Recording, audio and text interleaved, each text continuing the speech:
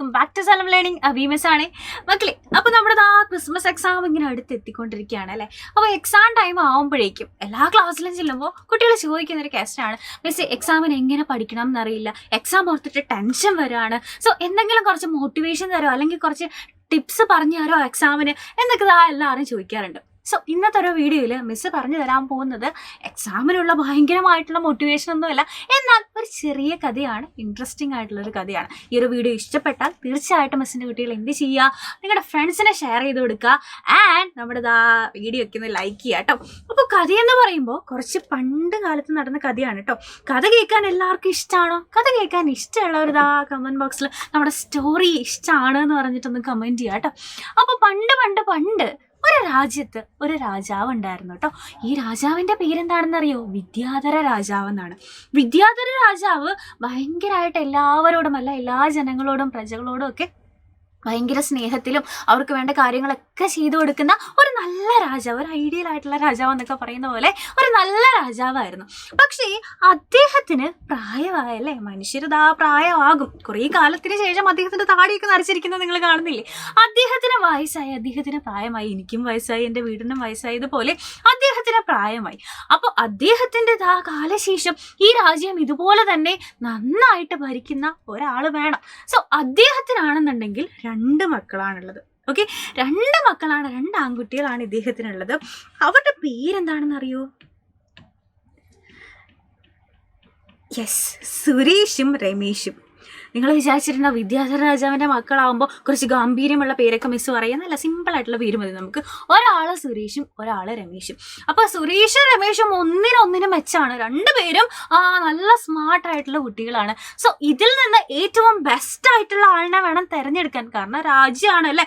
അപ്പോൾ രാജ്യത്തിൻ്റെ ഭാവിയുടെ കാര്യമാണ്, അതുകൊണ്ട് തീരുമാനമൊന്നും തെറ്റ് പറ്റരുത്. അപ്പോൾ ഈ കൂട്ടത്തിൽ ഏറ്റവും രാജ്യം ഭരിക്കാൻ യോഗ്യൻ ആരാണ്, ഏറ്റവും സ്മാർട്ടായിട്ടുള്ള ആരാണ്, ഏറ്റവും ബുദ്ധിമാനായിട്ട് ആരാണ് എന്നറിയാൻ വേണ്ടിയിട്ട് രാജാവ് എന്ത് ചെയ്തു? 2 പേർക്കും ഒരു മത്സരം നടത്തുകയാണ് അല്ലെ. 2 പേർക്കും വേണ്ടിയിട്ട് ഒരു പരീക്ഷണം നടത്തുകയാണ്. 2 പേരുടെ മുമ്പിൽ അദ്ദേഹം എന്താ ചെയ്തതെന്ന് അറിയോ? ഇതുപോലെ ഒരു കെട്ട് തടി എന്ന് പറഞ്ഞാൽ നിങ്ങൾക്കറിയാം അല്ലേ, വുഡാണ് അല്ലേ. അപ്പോൾ ഒരു കെട്ട് തടി 2 പേരുടെ മുമ്പിൽ കൊണ്ടുവന്ന് വെച്ച് കൊടുക്കുകയാണ്. നമ്മുടെ മത്സരം എന്താണെന്നറിയോ? ഈ തടി ഏറ്റവും ആദ്യം വെട്ടി ചെറിയ കഷ്ണങ്ങളാക്കുന്നത് ആരാണോ അവർക്ക് രാജ്യം ഭരിക്കാം. അപ്പോൾ രാജ്യമൊക്കെ ഭരിക്കണമെന്നുണ്ടെങ്കിൽ വിചിത്രമായിട്ടുള്ള തടി വെട്ടുന്ന പോലത്തെ പരീക്ഷണമാണോ എന്ന് നിങ്ങൾ ചിന്തിക്കുന്നുണ്ടാവും. പക്ഷെ നിങ്ങൾ ശ്രദ്ധിച്ചോളൂ. അപ്പോൾ നമ്മുടെ ഫസ്റ്റ് സുരേഷ് എന്ത് ചെയ്തു എന്നറിയോ? എല്ലാ തടിയും കൂടെ കെട്ടഴിച്ചിട്ട് ഇങ്ങനെ വെട്ടാൻ തുടങ്ങി. കണ്ടോ, സുരേഷ് എല്ലാം കൂടെ ഒന്നിച്ച് വെച്ചിട്ട് കൊടാലിയൊക്കെ വീശി ഇങ്ങനെ വെട്ടുകയാണ്, ഇങ്ങനെ വെട്ടി വരുവാണ്. ഓക്കെ, പക്ഷെ നമ്മുടെ രമേശ് എന്താ ചെയ്തതെന്നറിയോ? രമേശ് ഓരോ തടിയും കെട്ടഴിച്ച് മാറ്റിയിട്ട് ഓരോന്നായിട്ട് വെട്ടാൻ തുടങ്ങി. സുരേഷ് ആണെങ്കിൽ ഒന്നിച്ചെല്ലാം കൂടെ വെട്ടാൻ തുടങ്ങി. രമേശ് ആണെങ്കിൽ ഓരോന്ന് കെട്ടഴിച്ച് ഓരോ തടിയും എടുത്ത് ഓരോന്നും ചെറിയ കഷ്ണങ്ങളാക്കി, എന്നിട്ട് അടുത്തതെടുത്ത് അത് ചെറിയ കഷ്ണങ്ങളാക്കി ഇങ്ങനെ കുറച്ച് സമയം കൂടുതൽ എടുക്കുക അല്ലേ. അപ്പോൾ മക്കളെ മിസ്സിൻ്റെ ക്വസ്റ്റ്യൻ ഇതാണ്, ഈ 2 പേരിൽ ആരായിരിക്കും ഏറ്റവും ആദ്യം ഈ തടികൾ ചെറിയ കഷ്ണങ്ങളാക്കിയിട്ടുള്ളത്? നിങ്ങളുടെ ഫസ്റ്റ് ഗസ്റ്റ് ആണെന്ന് നമ്മുടെ കമൻറ്റ് ബോക്സിൽ കമൻറ്റ് ചെയ്യുക കേട്ടോ.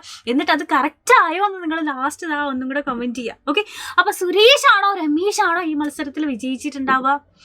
ഒബ്വിയസ്ലി നമ്മുടെ രമേശാണ് വിജയിച്ചിട്ടുണ്ടാവുക. കാരണം എല്ലാം കൂടെ ഒന്നിച്ചെടുത്തിട്ട് വെട്ടാൻ നോക്കിക്കഴിഞ്ഞാൽ ഒന്നും നടക്കില്ല അല്ലേ. പക്ഷെ സിസ്റ്റമാറ്റിക് ആയിട്ട് കൃത്യമായിട്ട് ഓരോ തടികളായിട്ടെടുത്ത് ഓരോന്നായിട്ടെടുത്ത് ചെറിയ കഷ്ണങ്ങൾ ആക്കാൻ നോക്കിക്കഴിഞ്ഞാൽ നമുക്ക് പറ്റും. ഇതുപോലെ തന്നെയാണ് നമ്മുടെ പാഠഭാഗങ്ങൾ എന്ന് പറയുന്നത്, അല്ലെങ്കിൽ നമ്മുടെ എക്സാമിൻ്റെ സബ്ജക്റ്റുകൾ എന്ന് പറയുന്നത്. ഇതിന് നമ്മൾ സ്പേസിങ് എഫക്റ്റ് എന്ന് പറയും കേട്ടോ.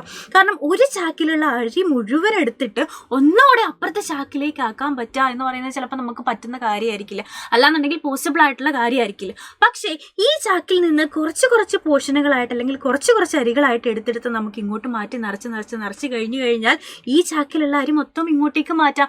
അതുപോലെ തന്നെയാണ് പഠിക്കുന്ന കാര്യം അല്ലെ. എല്ലാ ചാപ്റ്റേഴ്സും എക്സാമിൻ്റെ തലേന്ന് അല്ലെ എക്സാം എക്സാമിന് ഒരാഴ്ച മുമ്പ് എല്ലാ വിഷയങ്ങളും ഇരുന്ന് പഠിക്കാൻ നോക്കിക്കഴിഞ്ഞാൽ നമ്മളെ കൊണ്ട് സാധിക്കില്ല. നമ്മളെ കൊണ്ടൊന്നല്ല, ആർക്കും സാധിക്കില്ല. നമ്മൾ റോബോട്ടൊന്നും അല്ലല്ലോ, മനുഷ്യന്മാരല്ലേ. പക്ഷേ നമ്മുടെ രമേശ് ചെയ്തതുപോലെ സിസ്റ്റമാറ്റിക് ആയിട്ട് ഓരോ യൂണിറ്റ് വൈസ് ആയിട്ട് ഓരോ ചാപ്റ്റേഴ്സ് വൈസ് ആയിട്ട് നമ്മൾ പഠിച്ച് തീർത്ത് അത് റിവിഷൻ ചെയ്ത് ക്വസ്റ്റ്യൻസ് പ്രാക്ടീസ് ചെയ്ത് കഴിഞ്ഞാൽ തീർച്ചയായിട്ടും നമുക്ക് എക്സാമിന് നല്ല മാർക്ക് വാങ്ങാം. ഒരു വിഷയത്തിലെന്നല്ലടാ, എല്ലാ വിഷയവും നമ്മൾ ഇങ്ങനെയാണ് പഠിക്കേണ്ടത്. എക്സാമിൻ്റെ തലേന്ന് വന്ന് പഠിക്കാണ്ട് എല്ലാ വിഷയങ്ങളും നമ്മൾ എന്ത് ചെയ്യുക, പ്രോപ്പറായിട്ട് പഠിച്ച് തീർക്കുക, റിവിഷൻ ചെയ്ത് തീർക്കുക, ക്വസ്റ്റ്യൻസ് പ്രാക്ടീസ് ചെയ്യുക. പ്രാക്ടീസ് മേക്സ് വൺ പെർഫെക്റ്റ് എന്നാണല്ലോ. നമ്മൾ പ്രാക്ടീസ് ചെയ്ത് കഴിഞ്ഞാൽ, അല്ലെ പഠിച്ച് പിന്നെയും റിവൈസ് ചെയ്ത് കഴിഞ്ഞാലാണ് നമുക്ക് എക്സാമിനെന്നല്ല എല്ലാ കാര്യത്തിലും നമുക്ക് സക്സസ് ആവാൻ പറ്റും. സോ ഈ ഒരു കഥ കേട്ടതോട് കൂടിയിട്ട് നിങ്ങൾക്ക് ഇതിൽ നിന്ന് നമുക്കിതാ എക്സാമിൻ്റെ തലേന്ന് പഠിച്ചാൽ പോരാ, മുമ്പേ പഠിക്കണം. അല്ലെങ്കിൽ കൃത്യമായിട്ട് ചാപ്റ്റേഴ്സ് പഠിക്കുകയും റിവിഷൻ ചെയ്യുകയും ക്വസ്റ്റ്യൻസ് പ്രാക്ടീസ് ചെയ്യുകയും ചെയ്യണം എന്ന് നിങ്ങൾക്ക് മനസ്സിലായിട്ടുണ്ടാവുമെന്ന് വിശ്വസിക്കുന്നു. സോ ഇതിന് നിങ്ങൾക്ക് ഹെൽപ്പ് വേണമെന്നുണ്ടെങ്കിൽ നിങ്ങളെ ഹെൽപ്പ് ചെയ്യാനായിട്ട് നമ്മുടെ സൈലത്തിൻ്റെ ബാച്ചുകൾ ഉണ്ട് കേട്ടോ.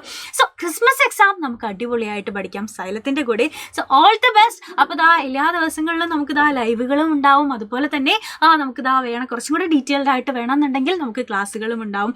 സോ ഇതുപോലെയുള്ള യൂസ്ഫുൾ വീഡിയോസ് ആയിട്ട് നമുക്ക് ഇനിയും കാണാം. ഇത് യൂസ്ഫുൾ ആയിട്ടുണ്ടെന്നുണ്ടെങ്കിൽ തീർച്ചയായിട്ടും മിസ്സിൻ്റെ കുട്ടികളുടെ ഫ്രണ്ട്സിന് ഷെയർ ചെയ്ത് കൊടുക്കുക. അപ്പോൾ നമുക്ക് അടുത്ത ദിവസം കാണാം. അതുവരെ bye bye and take care.